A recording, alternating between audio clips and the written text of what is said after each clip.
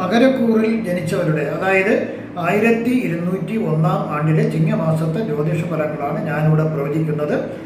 ഉത്രാടം നക്ഷത്രത്തിൻ്റെ അവസാന മുക്കാൽ ഭാഗവും തിരുവോണ നക്ഷത്രവും അവിട്ടം നക്ഷത്രത്തിൻ്റെ ആദ്യ പകുതിയും ചേർന്നതാണ് മകരക്കൂറ്. 17/8/2025 മുതൽ 16/9/2025 വരെയുള്ള ഒരു മാസത്തെ ഫലങ്ങളാണ് പ്രവചിക്കുന്നത്. സർക്കാർ ജോലിക്ക് വേണ്ടി ടെസ്റ്റും ഇൻ്റർവ്യൂവും ശാരീരിക പരിശോധനകളെല്ലാം കഴിഞ്ഞ് നിയമന ഉത്തരവിന് വേണ്ടി കാത്തിരിക്കുന്നവർക്ക് അത് ഈ മാസം ജോലിയിൽ പ്രവേശിക്കാൻ സാധിക്കുന്നതാണ്. മറ്റ് ജോലികൾക്ക്, അതായത് വിദേശ ജോലിക്കോ പ്രൈവറ്റ് മേഖലയിലുള്ള ജോലിക്കോ കാത്തിരിക്കുന്നവർക്കും ഈ മാസം പ്രവേശിക്കാവുന്നതാണ്. പ്രൊമോഷനും ഇഷ്ട സ്ഥലത്തേക്കുള്ള ട്രാൻസ്ഫറിനും കാത്തിരിക്കുന്നവർക്ക് തീർച്ചയായിട്ടും അത് ലഭിക്കുന്നതാണ്. ദിവസ കൂലിക്കാർക്ക് വളരെ പ്രയോജനങ്ങൾ സാമ്പത്തികമായിട്ടും അല്ലാതെയും ലഭിക്കുന്നു.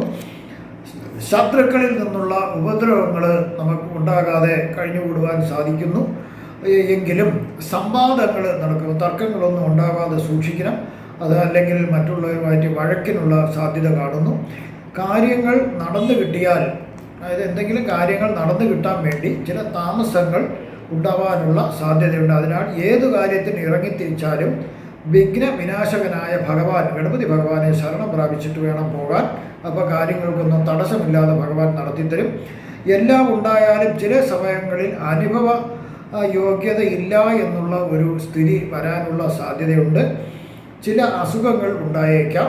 വയറ്റിലും വായിലും പുണ്ണുണ്ടാകുവാനുള്ള സാധ്യതയുണ്ട്. അതുപോലുള്ള ദുഃഖത്തിനും സാധ്യതയുണ്ട്. രക്തസംബന്ധമായ അസുഖങ്ങൾ വരാനുള്ള സാധ്യതയുണ്ട്. മാനഹാനി ഉണ്ടാകാതെ പ്രത്യേകം ശ്രദ്ധിക്കണം. ശത്രു സംഹാര പൂജകളും നരസിംഹമൂർത്തി, ഭദ്രകാളി ദേവി എന്നിവരുടെ പൂജകളും ചെയ്യുന്നത് വളരെ നല്ലതായിരിക്കും.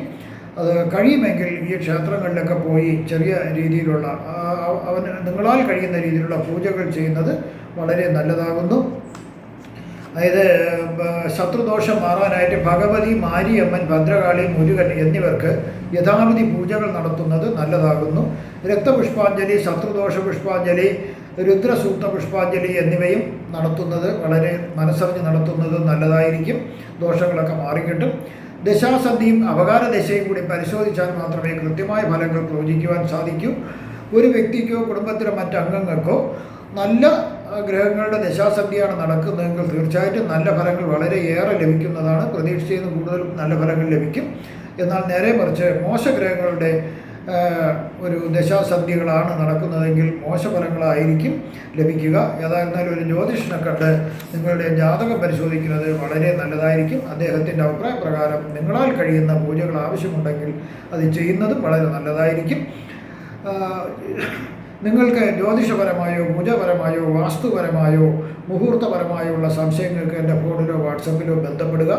എല്ലാവർക്കും ഈ മലയാള പുതുവത്സരത്തിൽ എല്ലാവിധ ആശംസകളും നേരുന്നു. കൂടാതെ ഈ പൊന്നിൻ തിരുവോണ ആശംസകളും എല്ലാവർക്കും നേരുന്നു. എല്ലാവർക്കും സകലവിധ സുഖ സമ്പൽ സമൃദ്ധി, ദീർഘായുസ്സായുസ്, ആരോഗ്യ സൗഭാഗ്യങ്ങൾ ഭഗവാൻ നൽകുമാറാകട്ടെ എന്ന് ഞാൻ പ്രാർത്ഥിക്കുന്നു. നന്ദി, നമസ്കാരം.